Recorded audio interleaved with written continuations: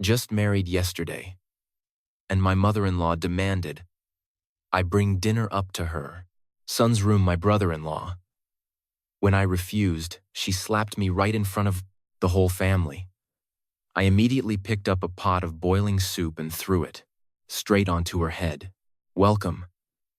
Scarcely a day into her new life in her husband's home, a young bride tossed a steaming pot of tomato soup onto her mother-in-law's head and packed her bags to return to her parents. What terrible event occurred behind the placed, closed doors of what was supposed to be a happy new marriage? Please listen to the unfolding events right now. My wedding to Hunter ended just yesterday. The backyard of his family's house in a quiet, semi-rural town in Ohio was still littered with red paper confetti and a few wilting rose petals. The boisterous atmosphere of the joyous day seemed to have vanished completely, leaving behind a suffocating tension. Since the crack of dawn, I had been up cleaning, sweeping from the inside of the plain house to the driveway, then rolling up my sleeves to wash stacks of dishes left over from the reception dinner the night before. My back ached, and my feet were numb from days of walking in high heels. But inside, I told myself I had to try to fulfill the duties of a new daughter-in-law. By noon, Hunter's relatives were streaming in for the traditional day-after lunch with the immediate family. Dishes were laid out in the center of the main dining room.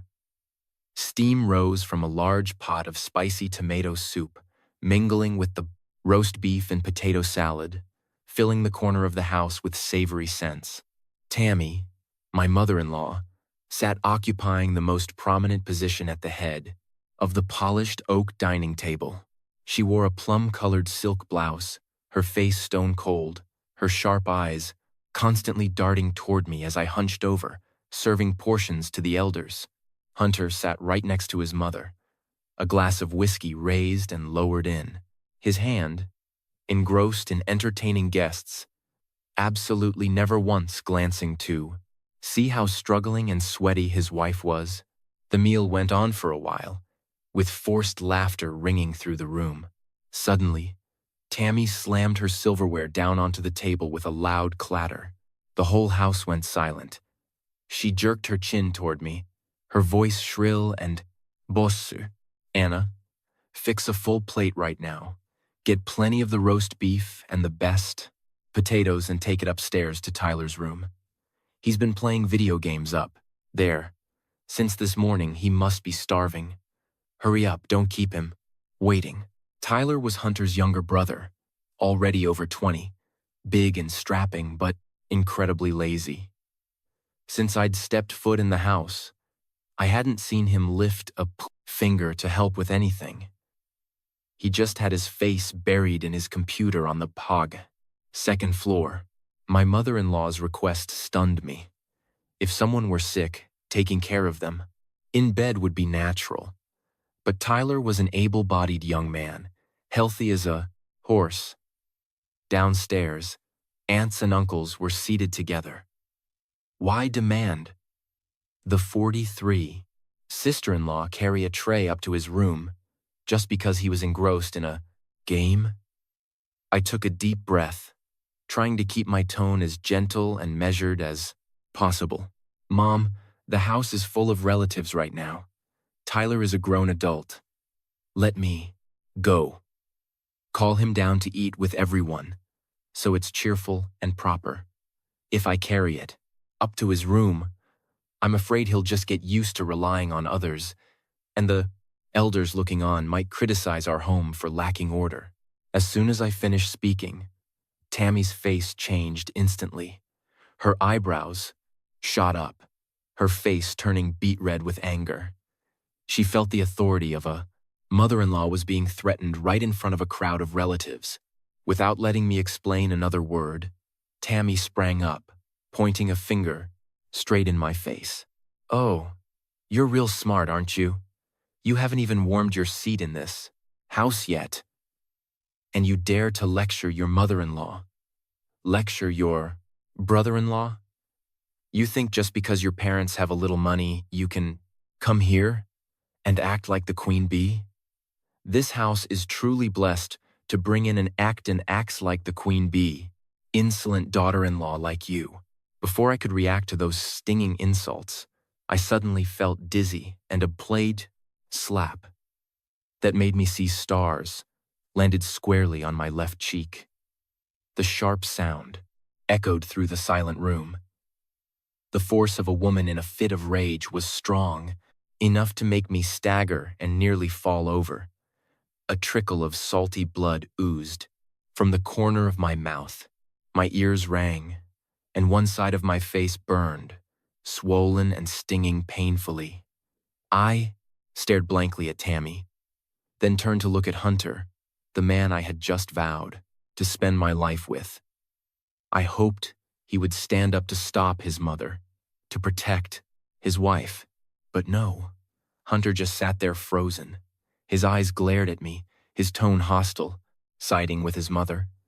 What is this attitude, Anna? If Mom tells you to do something, just obediently do it. Why are you talking back? If you don't know your place as a wife, don't blame me for not being considerate. The mother-in-law's slap didn't hurt as much as the cowardly betrayal of my husband. My heart felt like it was being squeezed, shattering into pieces. Any illusion of a happy home, of enduring for the sake of peace, vanished into smoke. In an instant, I realized I had made a complete mistake in trusting my life to this dark place. The air in the house thickened, cold and suffocating. Hunter's relatives either stared in shock or whispered among themselves, but absolutely no one stepped forward to intervene. They viewed a mother-in-law disciplining a daughter-in-law with violence as an obvious thing to establish order. Humiliation mixed with extreme fury surged in my chest like a volcano waiting to erupt. I didn't cry. The tears of weakness had been burned away by the fire of resentment the moment Hunter opened his mouth to join his mother in scolding me. I stood up straight, wiping the blood from the corner of my mouth. My sharp eyes swept over every indifferent face in that strange house, then stopped at Tammy, who was standing with her hands on her hips, gloating. If my endurance was considered weakness, if my self-respect was trampled upon without mercy, then I didn't need to save any face for this rotten family anymore.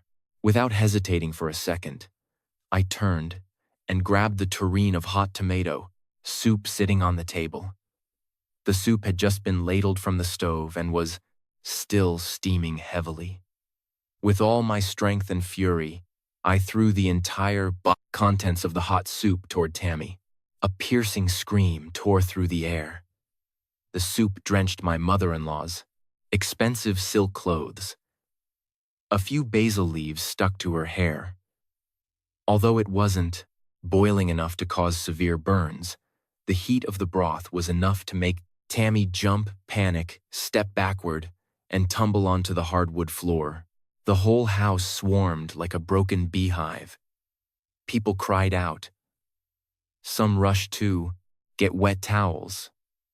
Others pulled at her clothes to wipe her down. Hunter frantically helped his mother up, then turned to me, roaring furiously. Are you crazy, Anna? You dare throw hot soup at my mother? Do you have a death wish? I didn't bother responding to him.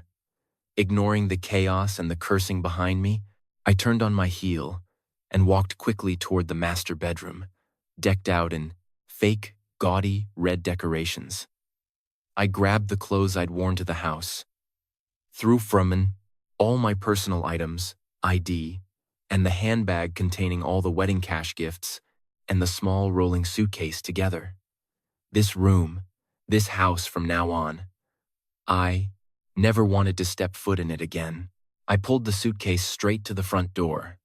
A few relatives made a move to block my path, but seeing my determined and cold eyes, they backed away. I walked out the gate, hailed an Uber that was nearby, and told the driver to head straight to my parents' house. My marriage began yesterday and officially ended. This afternoon, the car rolled away, carrying bitterness, but also relief. Arriving home, my parents were sitting on the porch snapping green beans for dinner. Seeing their daughter, who had just gone off to get married yesterday, now carrying a suitcase back, her face swollen with 5 distinct finger marks. My dad dropped the newspaper he was holding. My mother panicked and rushed out to embrace me. Her calloused hands trembled as they touched the red mark on her daughter's cheek. Good God in heaven, what happened to you? Who beat you like this, Anna? Hearing my mother's voice, all the strength and fortitude I had tried to build up suddenly collapsed completely. I burst into tears like a child, pouring out all the grievance in my heart. I recounted the entire incident, from the brother-in-law's dinner plate to the brother-in-law's dinner plate, fiery slap from my mother-in-law, and the cowardice of the man I called husband. My dad listened, veins popping out on his forehead. He slammed his hand down on the patio table, his voice deep but resolute. We raised you properly, educated you well, not for people to treat you like trash. You stay here with us. I support you getting a divorce immediately. That whole family is rotten from the inside out. Staying another day means another day of misery, sweetheart. My dad's words were like a miraculous sedative, soothing both my physical and mental pain. I wiped my tears and nodded vigorously. That's right, I still had my family, parents, who loved me unconditionally. I would personally cut this cruel tie to rebuild my life. That night, I lay awake on the small, familiar bed in my childhood room. The horrific events of the afternoon kept replaying in my head, making it impossible to sleep. Although my parents had offered words of comfort, my heart was still riddled with unanswered questions. Why did Hunter change his attitude so quickly? When we were dating, he always seemed calm, doting, and understanding. It was because of that shiny veneer that I agreed to marry him. Is marriage truly the grave of love? Or was it all just a cleverly arranged act from the beginning? The next morning, as the first rays of sunlight crept through the window blinds, my phone rang urgently. It was Nicole, my best friend from college, an incredibly sharp and astute person. Nicole's voice on the other end was hurried, breathlessly, as if she had just run a marathon. Anna, where are you? Listen to me. Calm down, okay? Hunter isn't the decent guy you think he is. I just got some shocking info from a contact who deals with shady people. My heart pounded. An ominous premonition shot straight to my brain. I quickly sat up, clutching the phone tightly. I'm at my parents' house. Yesterday was a long story. I'm about to divorce him. Whatever happened, tell me later. Listen. Nicole lowered her voice, unleashing a torrent of horrifying truths. Thank God you're home.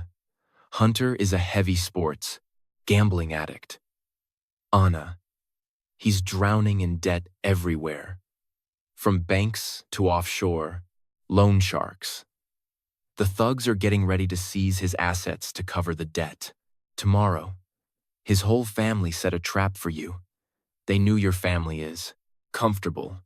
Marrying you was solely to siphon off that wedding cash gift fund of $50,000 to cover the debt for that loser son of theirs. You haven't given him the money yet, have you? Every word from Nicole felt like a hammer blow to my eardrums. I was stunned. A cold sensation running down my spine. The entire perfect picture of a decent family had been torn apart, revealing a filthy and cruel truth. It turned out that Tammy's attempt to assert dominance and oppress me on the very first day wasn't just typical mother-in-law behavior. It was a preemptive strike to break my will, so I would obediently hand over all the assets. It turned out Hunter's indifferent attitude wasn't weakness, but the true nature of a con artist, ready to sell out his marriage happiness to save his own skin from debt collectors. I hurriedly threw off the blanket and rushed to the handbag I'd thrown in the corner. My hands trembled as I unzipped the secret compartment to check the small wallet. Seeing the blue bank debit card and the savings passbook bearing my name still sitting snugly there, I dared to let out a long sigh of relief. The entire $50,000, including the seed money my parents gave me and the cash, gifts from his side, I had combined into one personal account. I should have given this card to Hunter last night for joint management as we promised, but I was so tired I fell asleep. An incredibly lucky coincidence had saved me from the brink of bankruptcy. I pressed the wallet to my chest, tears welling up again, but not out of weakness, but out of fury and bitterness for my own naivety. The cruelty of that family had far exceeded the imagination of a girl who had never stumbled in life. I called Nicole back, my tone sharper and colder than ever. I still have the money. Thank you so much, Nicole. Now I understand the true face of that family. They couldn't pluck my feathers. They certainly won't. Let this rest. Just as I predicted, only 2 hours later, loud cursing echoed from the end of the driveway. I stepped out onto the porch and saw Tammy, wearing a thin gauze bandage on her forehead, leading a few hefty aunts and uncles from Hunter's side, marching aggressively toward my gate. The cards were on the table, and this time, I wouldn't back down. The shrill, cracking voice tearing through the quiet morning air belonged to Tammy.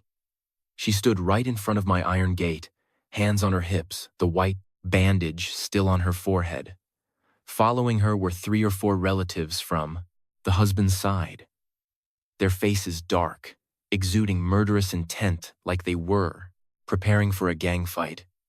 Neighbors around began to crack their doors open, peering out, the whispering growing louder. Mr. and Mrs. Miller, if you're so great, show your faces.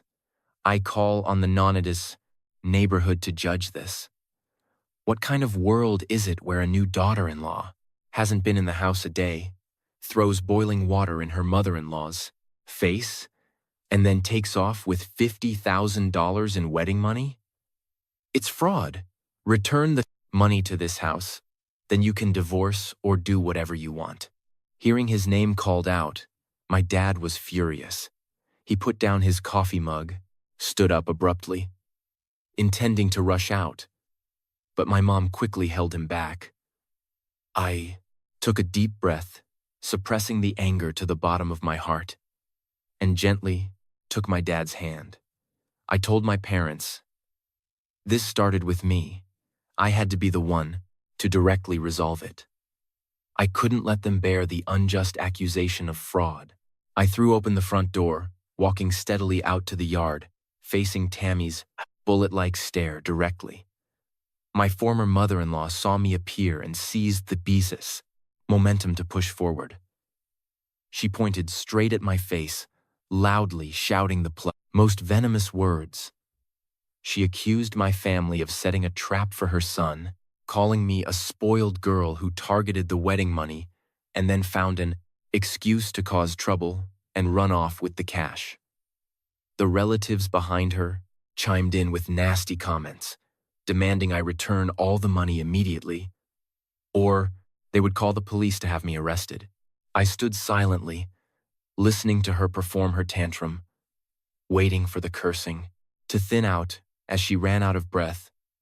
I smiled faintly and spoke clearly, loud, enough for the neighbors watching to hear distinctly.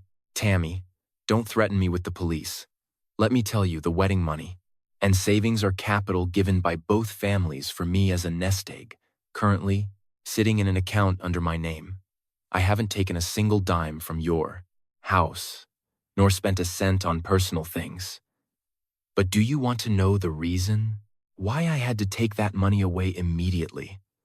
Just ask your precious son how much money he currently owes loan sharks for sports betting.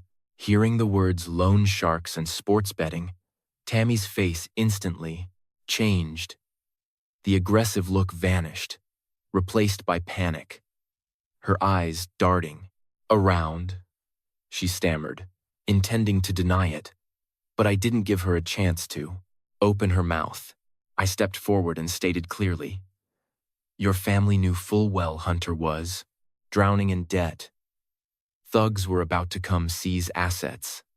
So you rushed to ask for my hand to eye that $50,000 to pay the debt for your son.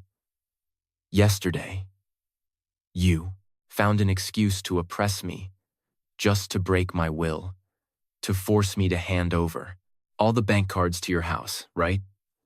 Unfortunately for you, I know the whole truth. You aunts and uncles who came along probably have no idea your nephew is a gambling addict, do you?" The relatives heard me say this and turned in stunned to look at Tammy with suspicion. They started whispering, asking each other if the planks story was true. Exposed in broad daylight, Tammy turned shame into anger. She screamed, lunging toward me, intending to scratch. But before she could touch me, a tall figure stepped in front. My dad, carrying an aluminum baseball bat, his face dark, stepped out. He pointed the end of the bat straight at Tammy's face, his voice booming like thunder. "If you dare touch a hair on my daughter's head, don't blame me for being ruthless. Your family conspired to trick my daughter, pushing her into the mud pit of your son's debt. And now you dare to bring your faces here to throw a tantrum? The sweat and tears my wife and I earned for our daughter, don't you? Dream of snatching a penny to pay debts for Hunter. All of you get off my property immediately before I call the county sheriff to cuff every one of you for disturbing the peace. Get out." My dad's fierce attitude, combined with the revealed truth about Hunter's debt, truly frightened Tammy's group.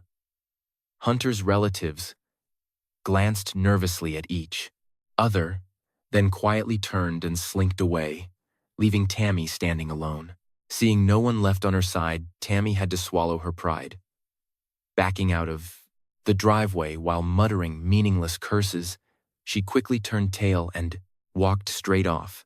The iron gate slammed shut, leaving behind the curious gazes of the neighbors and a rare moment of peace for my family.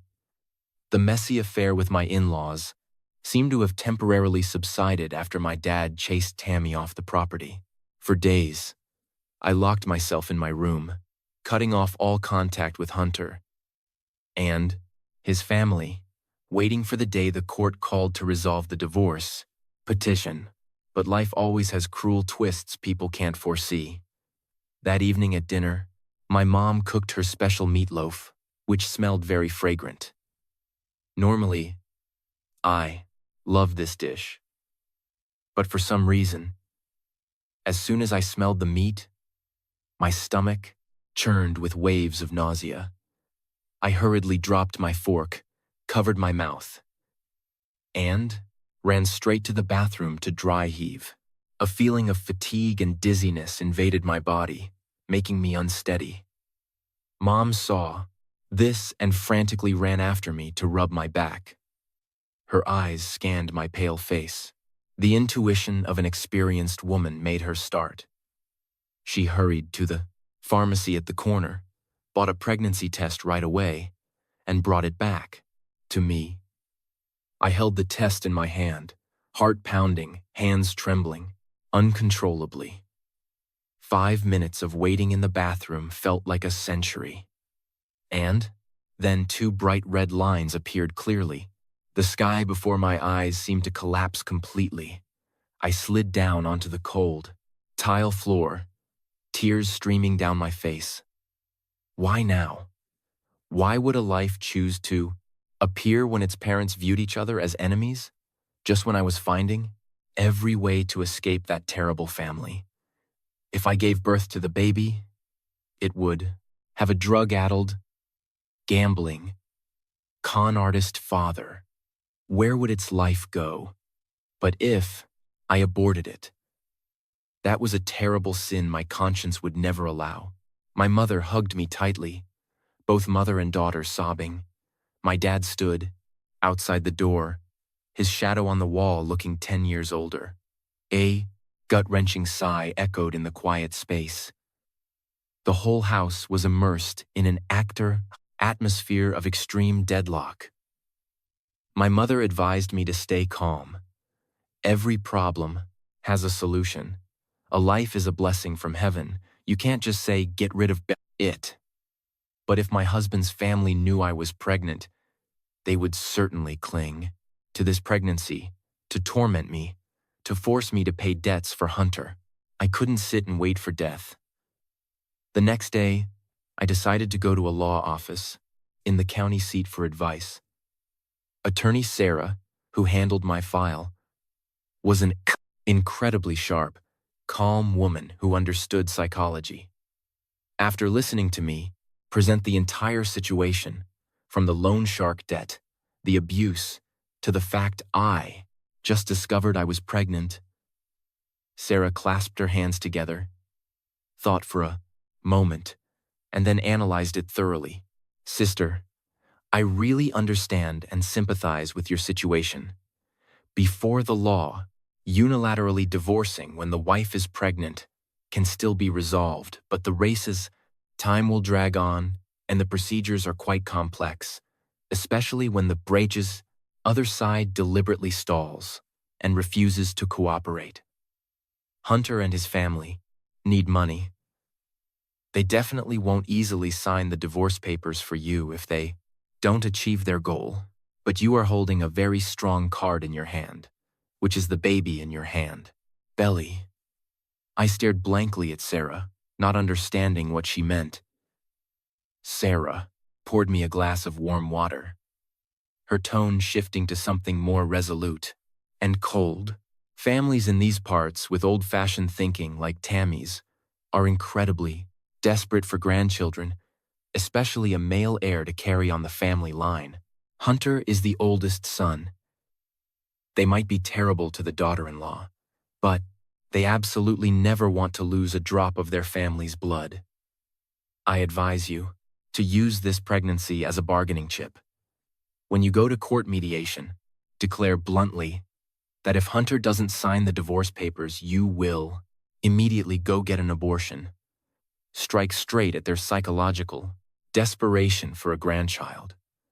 Only the fear of losing that connection will make them obediently let you go.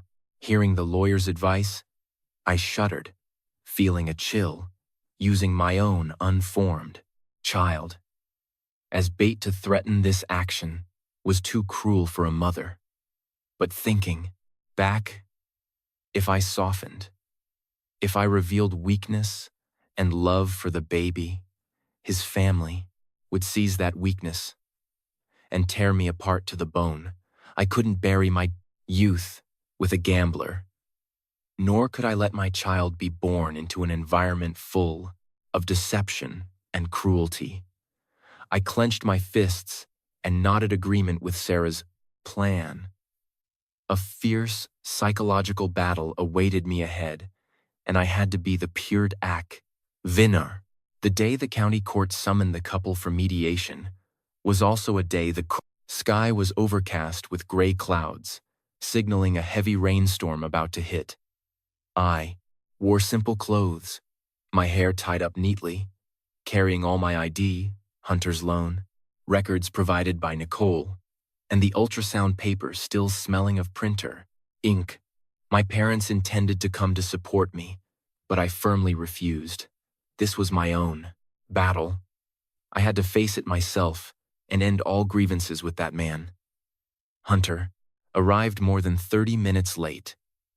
He walked down the court hallway looking gaunt, with stubbly facial hair, the smell of cigarette smoke mixed with cheap booze reeking from his clothes. Whatever pathetic look he had Hunter's attitude was incredibly arrogant. As soon as he saw me sitting on the waiting bench, he sneered, plopped down next to Labrador, me, crossed his legs, and shook his foot challengingly. You think divorcing is that easy, huh? I'll tell you straight. I owe over $200,000 in betting debts. Thugs are threatening to cut my tendons. You want me to sign this paper? Bring out the full $50,000 wedding money. No money. Then just accept being married for. If I can't live in peace, don't you dream of having decent days either? Every word Hunter spat out was like venom from a snake. He had absolutely no remorse for deceiving me, nor did he care about family honor. He only cared about extorting money to save his own cowardly life from debt collectors. I looked at the man in front of me, feeling disgust rise in my throat. I wasn't angry, nor did I cry. I just calmly opened my handbag, pulled out the backs full blanks bags, black and white ultrasound paper, and slapped it onto the glass table in front of him. Hunter, look carefully. I've been pregnant for nearly 6 weeks. This child is your blood. Hunter froze. He picked up the paper, his dark circled eyes staring wide at the plussed doctor's concluding lines. The hand holding the paper trembled slightly. A ray of hope flashed in the gambler's cloudy eyes. He threw the paper down on the court table, laughing maniacally, as if thinking he had gained leverage over his opponent. Ah, you're knocked up? Then you definitely can't divorce. You think any man would want a divorced woman carrying baggage? Be smart and obediently bring the money to pay my debt, come home and apologize to my mom, and I'll consider letting you have a safe delivery. I looked straight into his greedy eyes, my tone sharp and icy like a drifting iceberg. You're mistaken, Hunter. I didn't bring this paper out to hold on to you, nor to beg for pity. I give you exactly 5 minutes. Either you pick up the pen and sign this divorce paper immediately to free me, or I will walk straight from this courthouse to the clinic to abort this pregnancy right now. I'd rather bear the sin of killing my child than let it be born with gambling. Scum like you as a father. Hunter's confidence and arrogance shattered in an instant. He gaped at me like I was some alien monster. He couldn't have imagined that the gentle, timid girl from before could spit out such steely and cruel words. He knew I wasn't joking.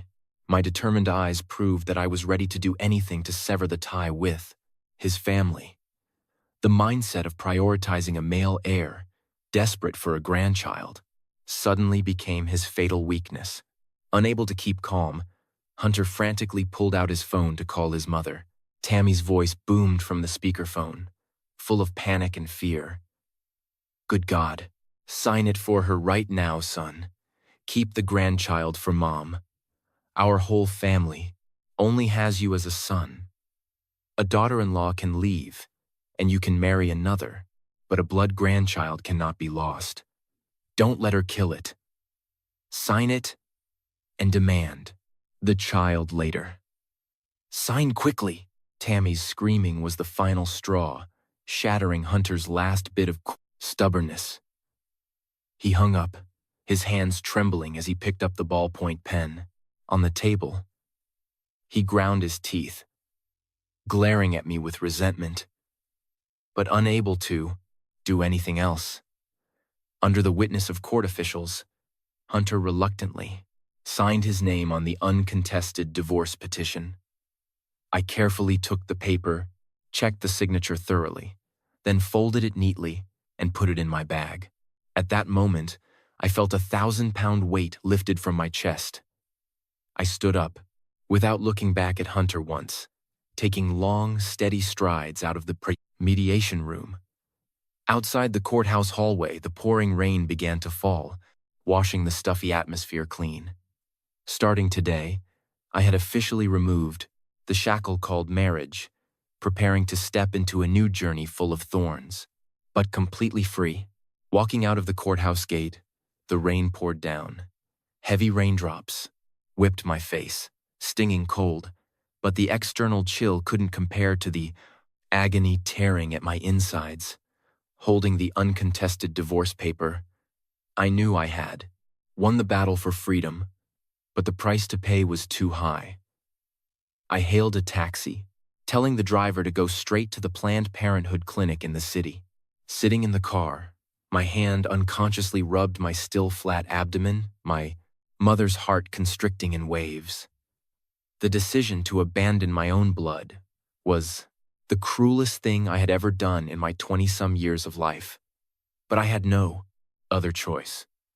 If I gave birth to the baby, I would push it into an endless tragedy, bearing the name of a gambling addict father and having an evil grandmother.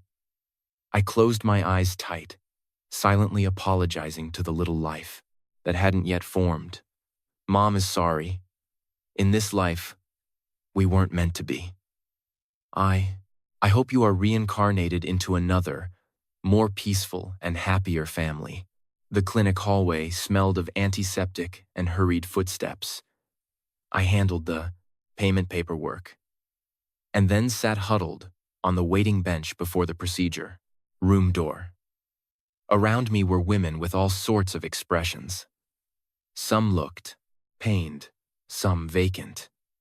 When the nurse called my name, I stood up, taking steps, heavy as lead. The process went quickly, but the physical pain and the emptiness in my soul clung to me painfully. Waking up on the recovery bed, my tears soaked the pillow. All lingering ties with Hunter and his family had been completely cut. I forced myself up, paid the bill, and caught a ride home carrying a broken but resolute heart. Back in town, everything seemed to have changed. The story of a bride packing her bags to return to her parents just one day after the wedding, throwing hot soup on her mother-in-law, became the hottest topic of discussion on every street corner and market stall. Tammy's family, bitter because they couldn't extort money and were forced into divorce, went around spreading rumors that I was a spoiled, promiscuous girl. She fabricated stories that I had a lover on the side and deliberately set a placeless datter-dato trap for her family to steal the $50,000 wedding cash and run off. Neighbors who, I didn't know the whole story, just passed it along. Every time my mother went to the grocery store, she had to endure scrutiny and whispering fingers pointing behind her back. My dad, a man who valued honor, now silently smoked cigarettes on the porch all the time. Sorrowful sighs stretched into the quiet night. At the same time, Nicole called to report that the gang of loan sharks had lost patience. They brought a large crowd of henchmen, carrying bats and red paint to deface and smash up the gate of Tammy's house in the next town, over to demand debt payment. Hunter, afraid of losing his life, fled into the night, leaving Tammy and his younger brother at home to suffer the consequences. That family was now living in chaos, doors bolted shut day and night for fear of gang retaliation. Hearing that news, I didn't feel gloating at all, only exhaustion. Their frove take blank the Ron the Sade. Spiraling debt and hatred had indirectly dragged my family's reputation into the mud. Seeing my aging parents having to endure public criticism because of their daughter, a sorrow hard to describe rose in my heart. Staying in my hometown right now was not a good solution. I needed a break to heal my wounds, and more importantly, I had to leave so public opinion would gradually subside, returning a peaceful life to my parents. That evening at dinner, I put down my bowl and chopsticks, took my mother's calloused hands and spoke up. Mom, Dad, every day I stay home is another day. The neighborhood gossips. I don't want you to have to hear those hard words. because of me. I've decided tomorrow I will go up to Chicago to look for a job. I have a degree, some experience from college. I believe I can take care of myself. You two stay home and take care of your health. Wait until everything settles down. I'll come back to visit often. My dad pondered for a long time, stubbed out his burning cigarette, then nodded. In agreement, he understood that his daughter needed a new environment to start over. My mother tearfully rushed to pack clothes, stuffing jars of homemade meat, floss, and sesame salt into my suitcase to take to the city to save on food costs. The next morning, mist still hung in the air. I took my familiar black rolling suitcase and stepped onto the Greyhound bus heading straight for Chicago, leaving behind the harsh, judgmental words of the world, leaving behind a tragic stretch of youth. I turned my eyes forward, where tall buildings and a new beginning awaited. The bus stopped at the downtown Chicago station when the sun reached its zenith. The early summer heat of the city was oppressive, blowing hot into my face, making it feel hard to breathe. I pulled my suitcase through the rushing crowd, the noise of car horns and engines deafening. Thanks to an introduction from an online acquaintance, I found a rental area located deep in a winding small alley. In a working-class neighborhood, the room I rented was barely 100 square feet, roofed with cement tiles, containing only a folding bed, an old electric fan, and a small corner for cooking. The first night in the strange city, the heat from the roof radiating down made me toss and turn, sweat soaking my back. Looking up at the stained ceiling, loneliness and self-pity surged, but I bit my lip tight, telling myself to be strong, absolutely not to collapse. The days following were a whirlwind of rushing back and forth, submitting job applications everywhere. With a decent bachelor's degree in economics, I hoped to find a stable office job to maintain life. But things weren't easy at all. Some places refused because I didn't have much practical experience. Others rejected me because I was newly married, fearing maternity leave issues. The law of lave6.org, money I brought dwindled. Meals consisted only of plain rice eaten with the meat floss mom made. There were times I felt stuck, but the image of my parents' sad eyes back home urged me to keep striving. Then luck smiled. Through a recruitment site, I was called for an interview for an administrative office position at a medium-sized import-export company. The person directly interviewing me was Sarah, the HR manager. Sarah was about 40, with a gentle face, warm voice, and very bright eyes. Glancing over my resume, she didn't drill deep into rigid professional experience, but asked more about my living situation. With a strange trust, I told her part of my sad story about why I left my hometown for the city. Listening to the end, Sarah nodded gently, put the file aside, then smiled and said to me, "Administrative work doesn't require brilliance, but needs meticulosity, diligence, and hard work. I see in you the determination of someone who wants to rebuild their life.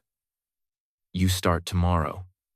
The starting salary might not be high yet, but if you do well, the company won't let you be disadvantaged." Sarah's words were like a cool stream, watering the dry land in my heart. I started the work with all enthusiasm and caution. From drafting documents, arranging files, archiving, to managing office supplies and supporting other departments, I tried to complete everything quickly and accurately. I often arrived at the company early to clean, boil water, make coffee, and was always the last to leave, to check the lights and locks.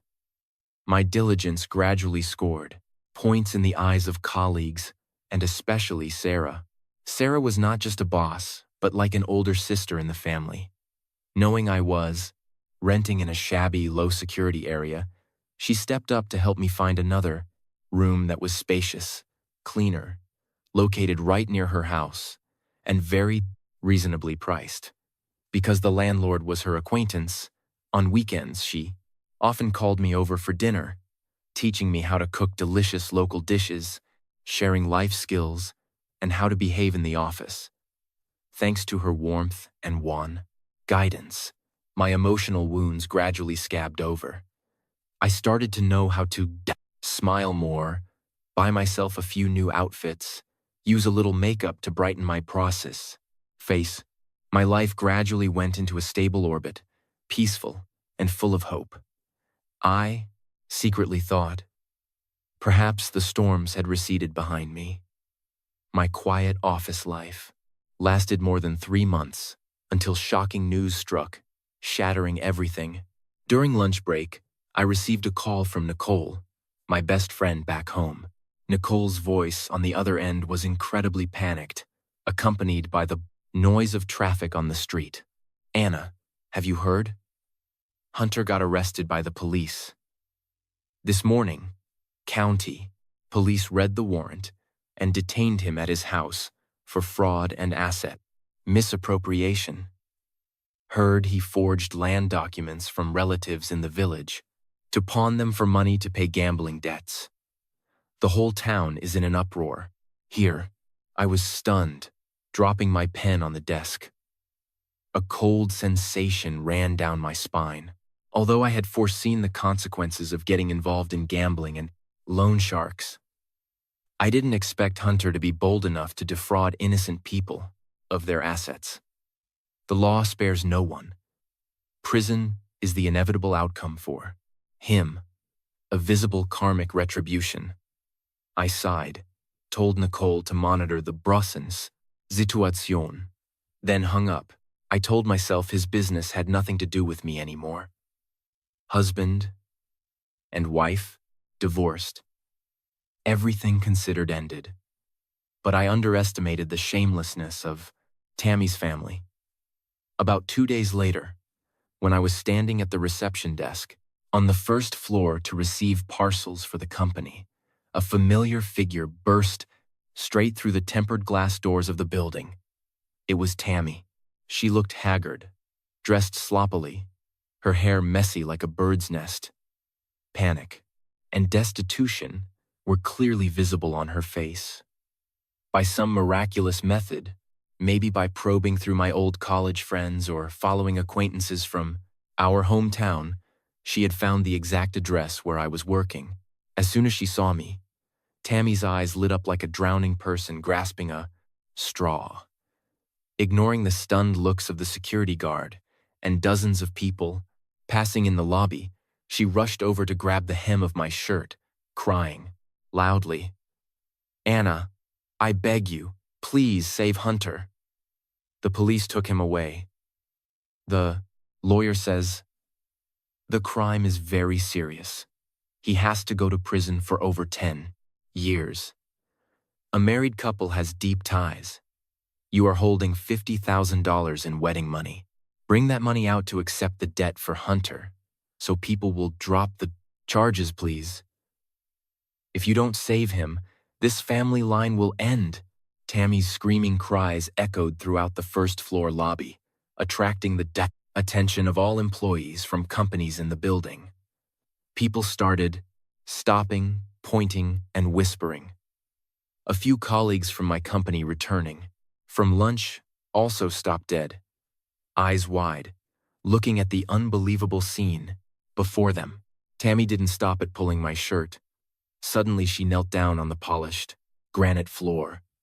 Her 2 hands clutched my legs tightly, banging her head repeatedly on the floor, throwing a tantrum. The begging words, mixed with choking sobs of an old mother, made those around, who didn't understand the story, start looking at me with daggers in their eyes, regarding me as an unfilial, cruel, cold-blooded daughter-in-law forced into a difficult position in public. My heart pounded with anger. The humiliating past rushed back. The fiery slap from her. On the first day, I became a bride, appeared clearly in my mind. I understood clearly this was just a psychological manipulation trick, using the crowd to force me to cough up the dowry money to save her god-awful son. I regained my composure, using all my strength to pry Tammy's sinewy hands off my legs, stepping back to keep a safe distance. I took a deep breath, casting aside fear of losing face, and spoke in a cold, decisive voice. Tammy, stand up. Stop acting here. Your son and I are divorced. The court has a clear ruling, black and white paper certifying we no longer have any legal relationship. My money was given by my birth parents, unrelated to your house. Your son gambled, defrauded, violated the law, so he has to accept the state's punishment.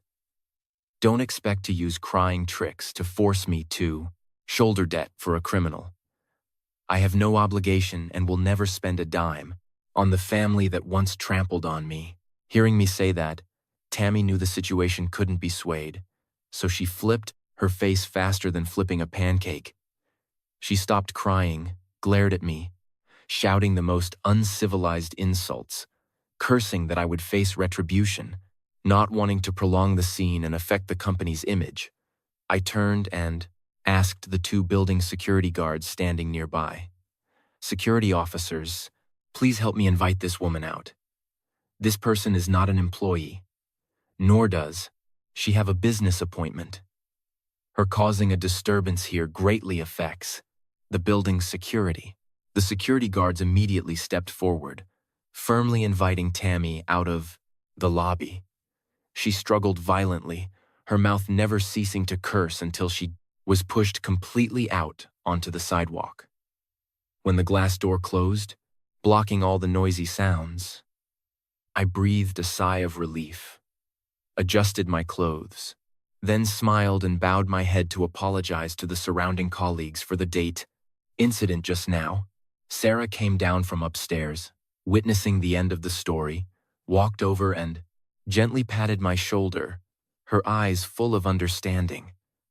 I knew I had just passed a tough psychological test, proving that the weak, submissive Anna from before had truly died, making way for a brave woman daring to stand up to protect the fruits of her life. Chicago welcomed me with sudden summer rain showers that came and went, leaving behind a cool, pleasant atmosphere. After days of intense sun, office work still went on regularly. Since the day I chased Tammy out of the company lobby, I assumed she knew it was difficult and withdrew, not daring to come to the city to bother me anymore. Unexpectedly, the cruelty of that person exceeded moral limits I could imagine. On Friday afternoon, while I was engrossed in typing up the weekly summary, report to send to Sarah, the phone on the desk suddenly vibrated violently. The screen showed my mother's number. Sensing something bad, I hurriedly asked for permission to step out into the hallway to take the call. As soon as I put the phone to my ear, I heard my mother sobbing. Her voice was hoarse with panic. "Anna, come home immediately. Grandma is in emergency care at the county hospital." Oh God, Grandma's blood pressure skyrocketed. The doctor says it's very dangerous. My heart felt squeezed. My grandmother was over 80 this year, her health weak, with a history of heart disease. Since childhood, I had grown up in her loving arms and fairy tales. To me, she was the most respected person in the world. I trembled, trying to keep my voice calm to ask Mom the details. My mother cried while recounting. This morning she and Dad went to work in the fields, leaving the house empty, only Grandma sitting on the porch snapping beans. We don't know what poison that woman Tammy from the city ate, but she dared to lead people right to Grandma's gate to curse. She screamed that you are a jinx, a promiscuous, evil daughter-in-law. She falsely accused you of setting a trap, causing Hunter to go to prison, then stealing all their family's money and running off. Grandma heard the noise and leaned on her cane to walk out. She's old and weak. Hearing Tammy curse such terrible words aimed at her granddaughter, she was too choked up to say a word, just collapsed onto the yard and fainted. Neighbors discovered her and hurriedly called an ambulance to take her. Hearing this, the blood in my body boiled over.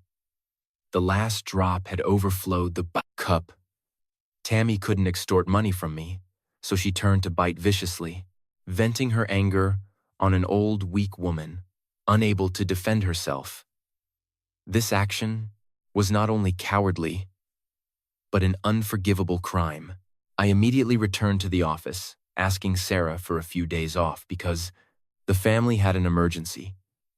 Seeing my pale face, Sarah didn't ask much, immediately approved the request, and told me to rest assured and resolve family matters. I grabbed my handbag, took a taxi to the bus station to catch the earliest trip back to Ohio. Sitting on the bus, watching the scenery flash by, outside, my heart burned like fire. My hands clenched together so tight, my knuckles turned white. I promised myself, this time, I absolutely would not yield for another second. I had to cut the root of that family's insidious nature to protect my loved ones. Arriving at the county hospital, it was dusk. The smell of antiseptic rushed into my nose, making me even more tense. My parents were sitting distractedly in front of the emergency recovery room door. Seeing me arrive, Dad looked up, his eyes bloodshot from fatigue and anger. Mom buried her head in my shoulder, sobbing. The doctor stepped out to announce that Grandma had passed the critical stage, but needed to stay for special monitoring because of her old age and weakness. The recent psychological shock greatly affected her nervous system. Looking through the glass window of the hospital room, seeing Grandma lying motionless on the bed with wires around her, my tears flowed uncontrollably. Remorse, because my own troubles implicated my family, tore at my heart. I dried my tears, telling my parents to stay and take care of Grandma. As for me, I asked permission to go home to get more clothes and personal items. But my real purpose wasn't to go home. I opened the laptop I brought, connected to the internet, and downloaded the entire file of images, bank statements that Nicole had sent me previously. Those were all evidences proving Hunter borrowed from loan sharks to play sports betting, messages he begged for money, and even shady, fraudulent transactions of his. I went to the print shop on the corner, printed all those documents into a thick stack of stapled papers. I caught a motorcycle taxi straight to Tammy's house. The 2-story house. Once, her pride was now desolate. The iron gate splashed with red paint and debt. Collection graffiti. I banged on the door violently. A while later, Tammy timidly opened the door. Seeing me, her face went pale. She intended to open her mouth to curse, but I quickly threw the heavy stack of papers right into her face. The papers scattered, falling all over the porch. Pick them up and read them, carefully. I endured, stayed far away so your family could have peace. But you pushed me to the edge. You dared to touch my grandmother, causing her to be hospitalized. Do you think I have no way to deal with your family? In those papers are all bank statements, betting messages, and high-interest loan records of your son. There are also messages where Hunter admits to defrauding others of money. Tammy trembled as she bent down to pick up a few papers to look. Under the dim streetlight, lines of numbers and messages appeared clearly, undeniable. Her gaunt hands shook violently, her lips twitching, unable to speak. I stepped forward, spitting out each word, my tone cold as a dagger. I am warning you for the last time. If from now on you or anyone in this family dares to lurk near my house, dares to utter an insulting word to my parents and grandmother, this entire file will be handed over directly by me to the police. Investigation agency. You know clearly how many years in prison the crime of asset fraud plus organizing gambling carries, don't you? I will make your son rot in prison, and I will also sue you for slander and defamation of character. Do you believe it? My fury and irrefutable evidence completely knocked down Tammy's last bit of arrogance. She collapsed onto the brick porch, her face drained of blood. Extreme fear was clearly visible in her wide eyes. She knew she had poked a fire. Ant nest. Leaving the wicked woman trembling on the ground, I turned and walked, straight out of the alley, without looking back. Darkness swallowed that gloomy house. As for me, I told myself I had to be even stronger, because the battle to protect family honor had only just begun. A few days later, my grandmother's health gradually stabilized, and the doctor discharged her to go home for care. I asked the company to work remotely for a planned week to stay back home and help my parents take care of Grandma. I thought after my cold warning that night, Hunter's family would know their place and shut up. However, as the saying goes, when the cat's away, the mice will play. With Hunter already in jail, that crowd of his relatives, unwilling to see my family live in peace, didn't dare come to the house to cause trouble directly like before. They shifted to attacking me on the social media front. One morning, Nicole hurriedly ran over to my house, holding a large screen 2R smartphone.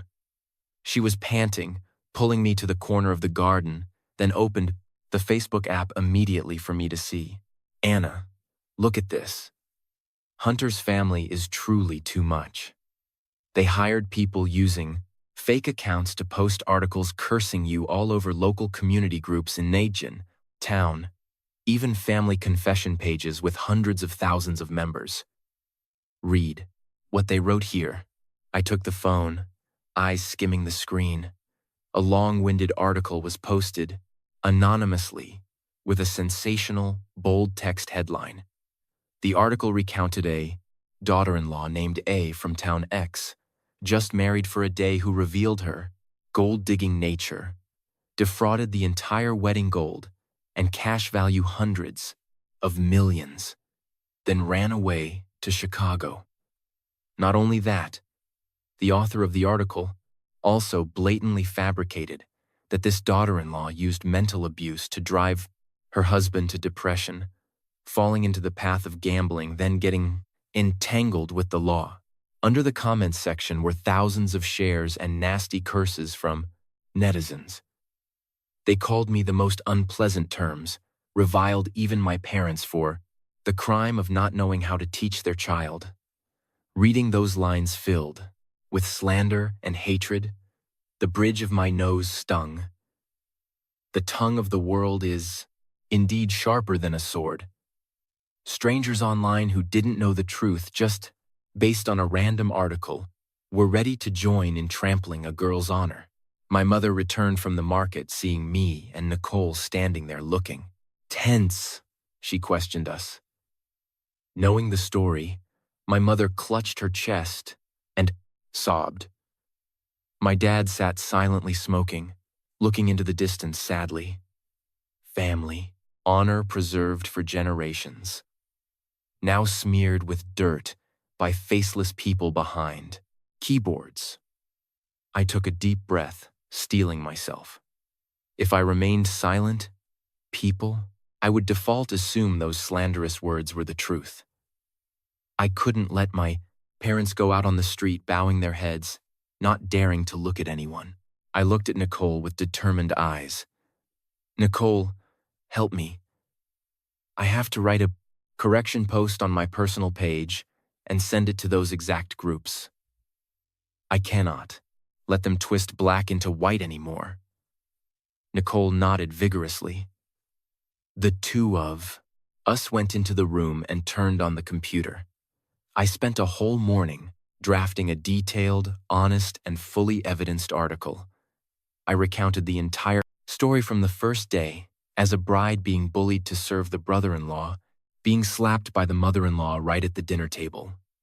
I attached the photo of my swollen face, imprinted with 5 finger marks that I had taken the afternoon the incident occurred.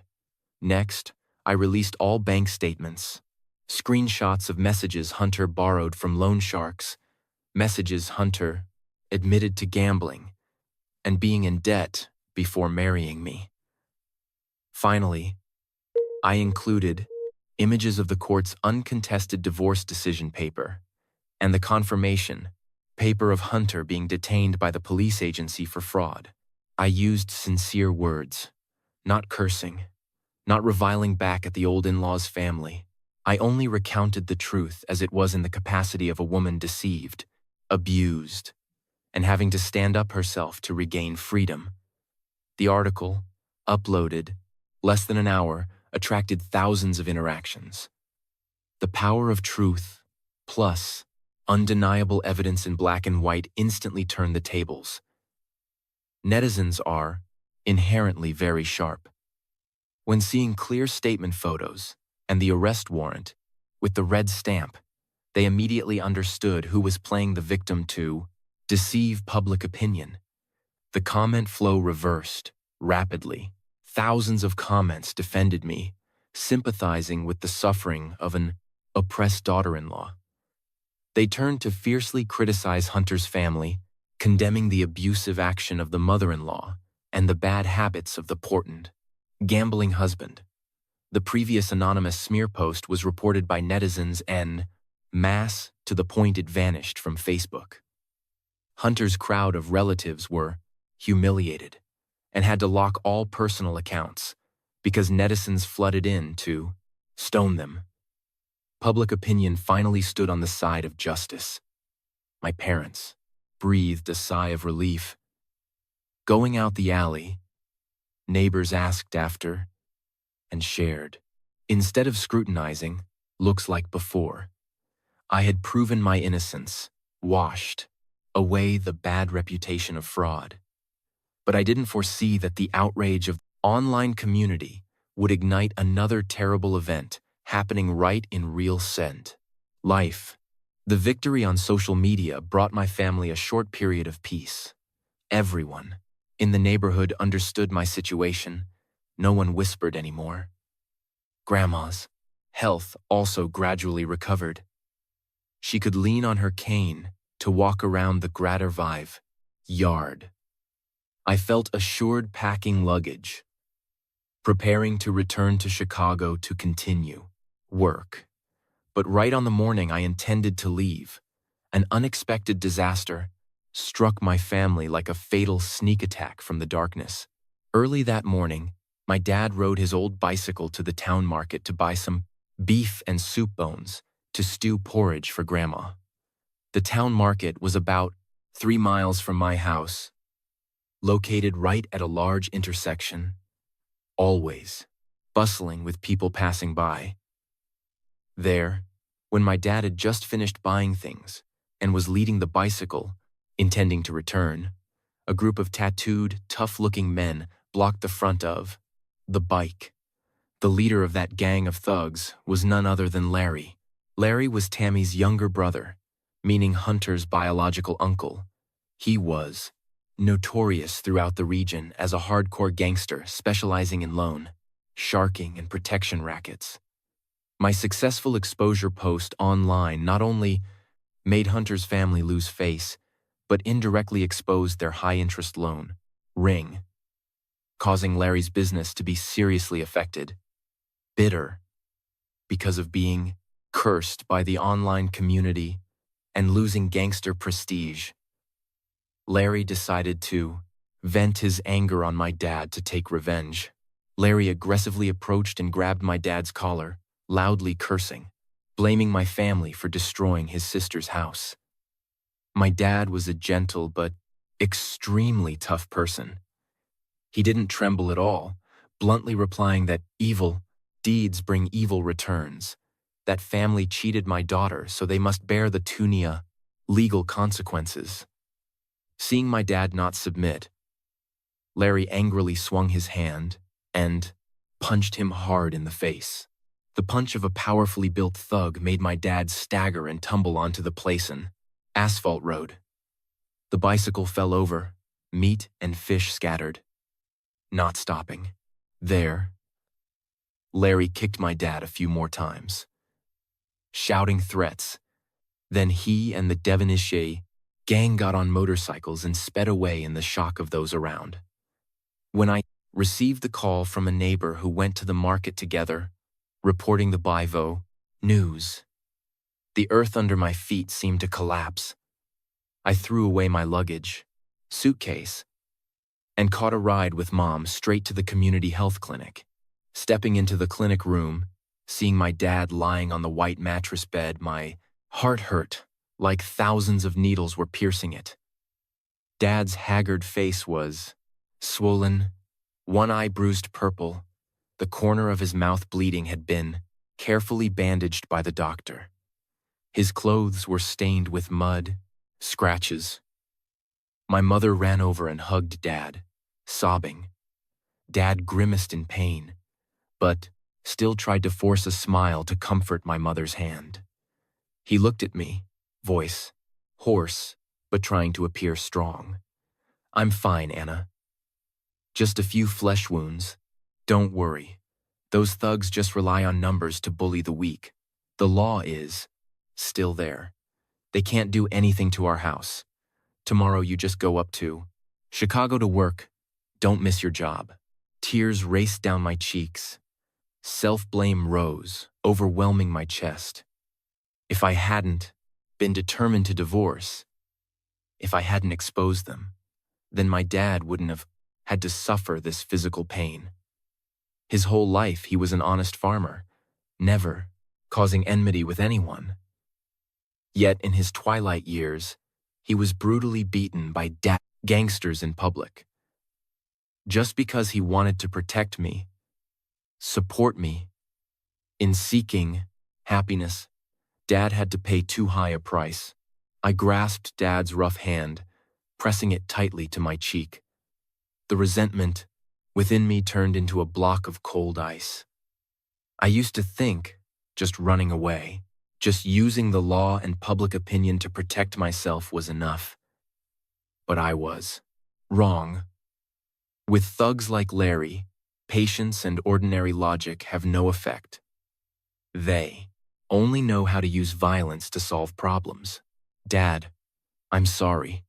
I'm unfilial letting you suffer. But rest assured, I promise you, I will personally demand justice for you. I will end the days of being bullied by them. I won't run away anymore, Dad. I stepped out into the clinic hallway, wiping my tears dry. My face became stern, eyes sharp and decisive. I pulled out my phone and called Nicole immediately. She was the person who knew the information about gangsters in the Prosen area best. I needed to know where Larry's lair was, and more importantly, I needed evidence to end his arrogance. I had stepped back enough. This time, I would proactively enter the tiger's den, using their own methods to teach them a pulver B sensations. Fitting lesson. The trip to Chicago had to be put aside because the final battle in the hometown I had truly begun. Sitting outside the clinic hallway, I clutched the phone in my hand. Dad's pained eyes and Mom's sorrowful tears kept haunting my mind. The fury now didn't flare up violently like fire in the wind anymore, but it condensed into a sharp, cold, and resolute block of ice. I knew crying or complaining right now wouldn't solve the problem. Gangsters like Larry only knew how to use violence to demonstrate power. They relied on muscle strength and underground relationships to oppress honest farmers. But they forgot one thing: even a worm will turn. And I was no longer the naive, easily bullied girl of the two bust. I called Nicole, asking her to find out all information about Larry's business. Ring. Nicole had family working in law enforcement agencies in the county, plus a sharp nature. Only taking less than an afternoon, Nicole brought me an extremely valuable file. The source of everything didn't just lie in the exposure post online. It turned out Larry was the ringleader of the Black Credit Ring, specializing in usury and organizing online gambling.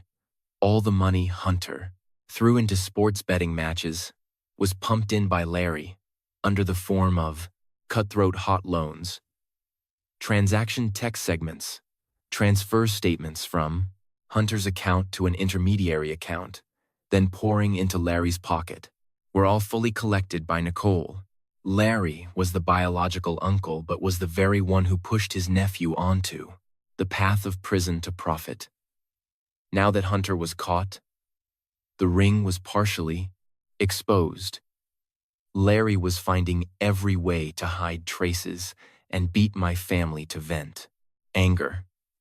Holding the file in hand, I decided to make a risky move. That afternoon, the sky was gloomy gray. The monsoon blew cold gusts. I asked Nicole to drive me straight to Larry's pawn shop located at the edge of town. It was a dilapidated, tin-roofed shack. Outside hung a rusty, peeling sign that said loans, financial support. Inside, the smell of acrid cigarette smoke wafted out to the door. Larry was sitting with legs crossed figure 4 on a wooden armchair, hand fingering a cup of thick tea, surrounded by 3 or 4 tattooed henchmen playing cards for money. Seeing me walk in, Larry sneered, eyes revealing thug-like disdain. He jerked his chin toward me, his tone slurring with threat. He said that today I showed my face here, probably to apologize on behalf of my stubborn old dad. He even uttered threats, saying that if I didn't know what was good for me, and take down the article online immediately and compensate for damage to his sister's family honor, then tomorrow not only would my dad be hospitalized, but my whole house wouldn't be able to live in peace. The gang of henchmen heard that and laughed boisterously, joining in with vulgar words, trying to make me panic, but I didn't flinch at all. I stood up straight, arms crossed over my chest, eyes sharp, looking straight into the face of the man who just beat my dad. I didn't answer his provocations, but calmly opened my handbag, pulled out the stack of papers copied and stapled carefully. I threw the stack of documents heavily down onto the glass coffee table in front of Larry. The sound of the breast, papers hitting dryly, made the henchman's laughter suddenly die out. Larry, you're too confident. You hit my dad because you think my family is powerless and can't do anything to you, right? Then open your eyes and look carefully at what these things are. Larry frowned, picking up the stack of papers to examine. Just flipping through 2 or 3 pages, the hardcore gangster's face suddenly transformed completely. From arrogant swagger, his face turned deathly pale, lips twitching, unable to speak. He clearly saw the money, transfer statements bearing his name, messages he directed Hunter how to defraud, money from others to pay interest debt to him. Every step in his black credit ring was exposed on black and white paper. Sweat beads started oozing on Larry's sexted forehead. He looked up at me, eyes no longer having aggression but replaced by extreme panic. I stepped forward, leaning hands on the table, voice grating each word steely. I told him that all original copies of these documents had been given by me to a close friend for safekeeping. If today I or any member of my family had any mishap, or if he dared to lurk near my house another step, This entire file would be sent straight to the State Police Criminal Investigation Department. The crime of usury in civil transactions, plus the crime of organizing gambling, were enough for him to peel calendars in prison for decades, losing his entire business and money completely. Hearing the words "go to prison," Larry completely collapsed. The henchmen around also glanced nervously at each other, none daring to make a peep. The underworld is most afraid of the law getting involved. Larry frantically stood up, trembling hands clasped in front of his chest. He lowered his voice, changing attitude 180 degrees, stammering pleas. He begged me to be lenient. He admitted he lost his temper and acted foolishly, asked me to consider relationships. Don't cut off his livelihood. I looked coldly at the cowardly man, trembling before me. I laid out clear conditions. First, you and Tammy's entire family must disappear completely from my family's life. Second, this very afternoon, you must personally bring gifts to the Plum hospital bed to apologize to my dad. If you do wrong by half a word, I won't go easy. Larry hurriedly nodded like a bobblehead, swearing and promising all sorts of things. Less than an hour later, at the community clinic room, those present were extremely surprised to see the most notorious gangster in town, sheepishly carrying a large fruit basket, an expensive imported milk box, walking in. Larry bowed 90 degrees in front of my dad, voice tiny admitting fault, slapping his own mouth for foolishly daring to hit an elder. Although my dad was very surprised, he still kept a calm demeanor. He didn't bother receiving gifts, just waved his hand, telling him to take them back and live to accumulate virtue. The scene of the oppressor having to bow head, admitting fault, made all grievances in my heart vanish completely. I knew from now on my family truly had peace. Having gone through consecutive storms hitting the family, my mindset had completely changed, seeing Dad's hair getting grayer daily, looking at Mom's calloused hands due to weather exposure. I realized this life is extremely short. Money, fame in the bustling city couldn't compare to warm family meals where loved ones always opened their arms to welcome me back. I didn't want to continue the life of living away from home, weekends sadly catching bus rides, back to visit home for a few short hours anymore. I decided I would stay in my hometown, rebuild life right on the land that nurtured me. I called Sarah, the boss, and also benefactor's sister in the city. I sincerely presented my wish to resign, to return home to take care of aging parents. Sarah listened to my confidences with deep understanding. She didn't blame me at all. On the contrary, encouraged me a lot. She said peace. In the contrary, soul is the most valuable thing, and she believed with my bravery currently, wherever I am, I will live well. Receiving her support, I officially packed luggage, returned the small rented room, serenely stepped onto the late bus, leaving the noisy, bustling capital. Returning home, I used the entire $50,000 dowry money, the only capital I used, my life to keep, to plan a business. Where I lived was a crowded residential area near the market, schools, and township committee area, but lacked clean, quality breakfast eateries. As a child, Grandma used to teach me the secret to cooking incredibly delicious crab noodle soup, broth clear and sweet, crab paste, rich, fatty, sautéed with bright red tomatoes, served with crispy fried tofu, fresh green herbs. That heirloom recipe always made those who tasted it once remember it forever. I discussed with my parents the intention to open a crab noodle soup shop named after myself. My parents were initially hesitant, fearing I would struggle staying up late, waking early, but seeing my determined eyes, they nodded. Agreement and promised to help a hand. I started renting a small, compact space right at the crossroads. The one-story house was repainted and repaired by me, bright and clean. I personally went to choose by each polished stainless steel table, each bright red plastic chair, purchasing pristine white bowls and chopsticks.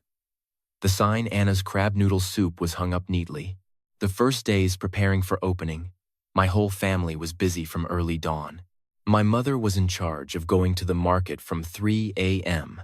to buy fresh, plump, field crabs just caught by villagers in the fields. Dad took care of pounding crabs, filtering to get sweet extract water.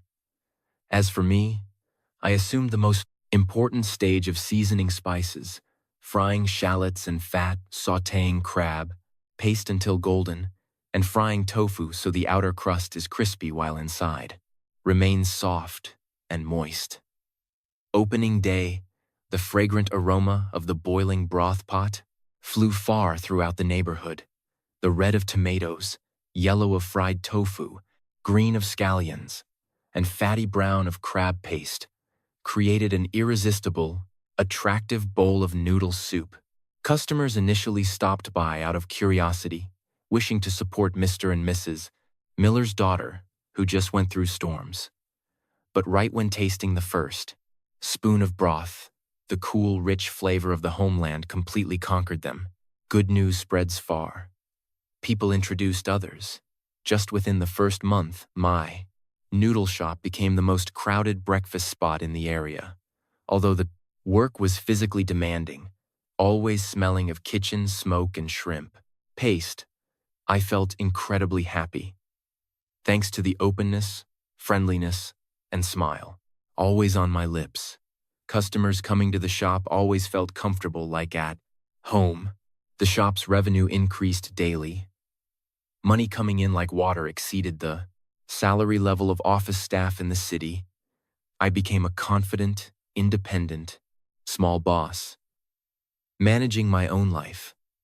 My parents were also much happier. Grandma's condition had completely remitted, thanks to having children and grandchildren nearby day and night. Looking at the family gathered around the dinner table, after a hard-working day but bustling with laughter, I silently thanked heaven and earth. The storms finally receded far, giving way to a peaceful, free life I always wished for. Time flew like a shuttle. Many years passed like a quiet river flowing by, carrying so many ups and downs of human life. It's been many years since the day I finally left my husband's house, building a business again, with my own hands. From 2 empty hands, Anna's crab noodle soup shop now had a solid foothold. We had to hire 2 more assistants to keep up with serving the bustling customer volume daily. My parents were aged. I didn't let them do heavy work anymore, but just sit and enjoy old age. I myself had also matured more composed. The worries and sorrows of the past had been washed clean by time, restoring a Prasadada's radiant and peaceful face. An autumn afternoon with pale yellow sunlight lingering on the tropical almond leaves in front of the shop door.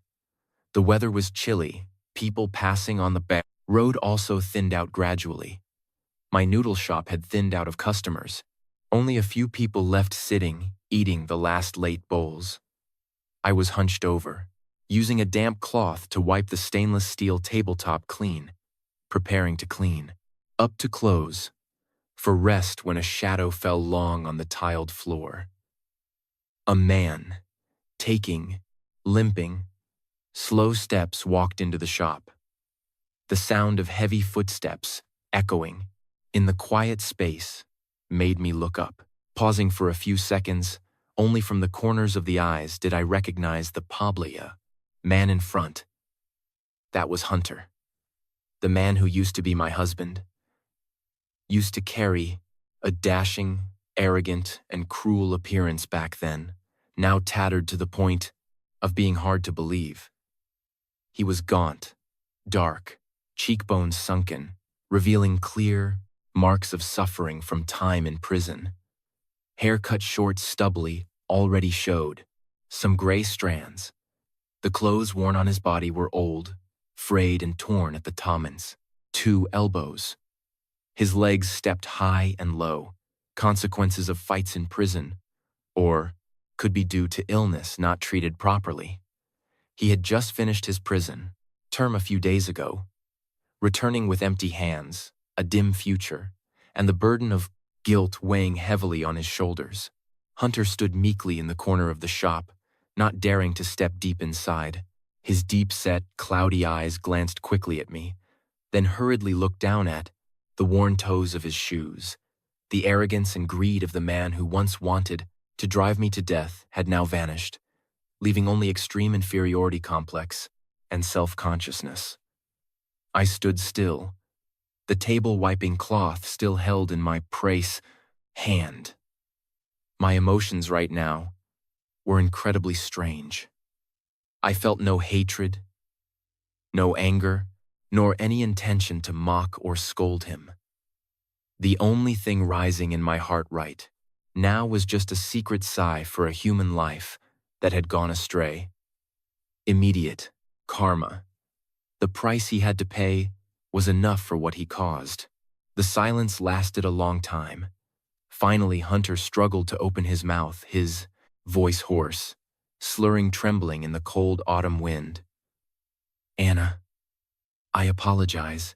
This apology I owe you for so many years.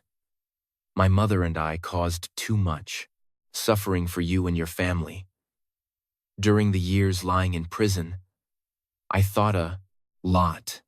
I regret it very much.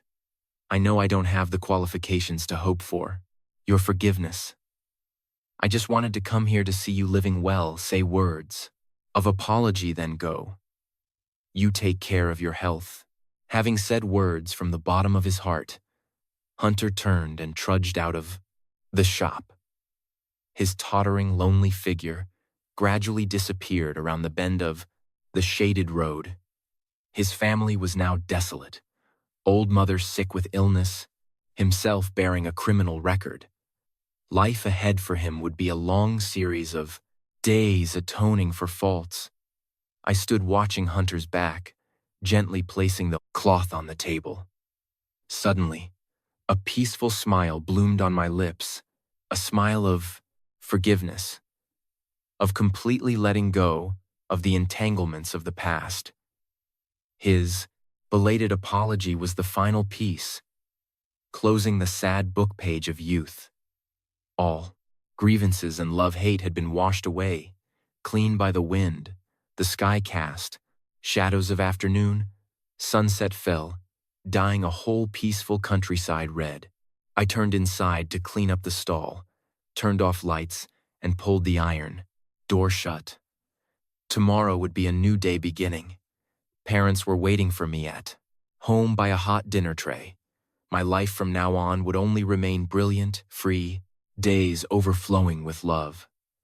I took a deep breath of the fresh country air, striding quickly toward my familiar warm home, closing the storms in the life of the girl named Anna. Seeing her serene smile by the noodle shop warm with affection, surely each of us feels lighthearted. Ladies and gentlemen, perhaps through this story, we realize that a woman's life is like a turbulent, unclear harbor. Many times, it cannot be foreseen. But instead of enduring and resigning, living with evil, cruelty, and lies, women completely have the right to stand up to free themselves and master their own destiny. Economic independence and firm bravery are the most solid shields to protect oneself before life's storms. The story is also an incredibly clear proof of the law of cause and effect in two-egg life. Those who sow evil seeds use base schemes to deceive and trample others, Like Hunter's family finally had to pay the price with loneliness, ruin, and prison. Living in the world, treating people with sincerity, tolerance, then one can hope to reap sweet fruits. While calculating narrowly only leads oneself into a dark dead end, and the deepest lesson remaining is forgiveness. Anna smiled, watching the person who used to make her suffer walk away, not because she forgot old wounds, but because she understood that letting go of hatred is the best way to untie one's own soul, opening the way for a peaceful future. Sometimes forgiving others is the priceless gift we give ourselves. Thank you, audience, for spending precious time listening to the complete story today. Wishing you health, peace, and happiness.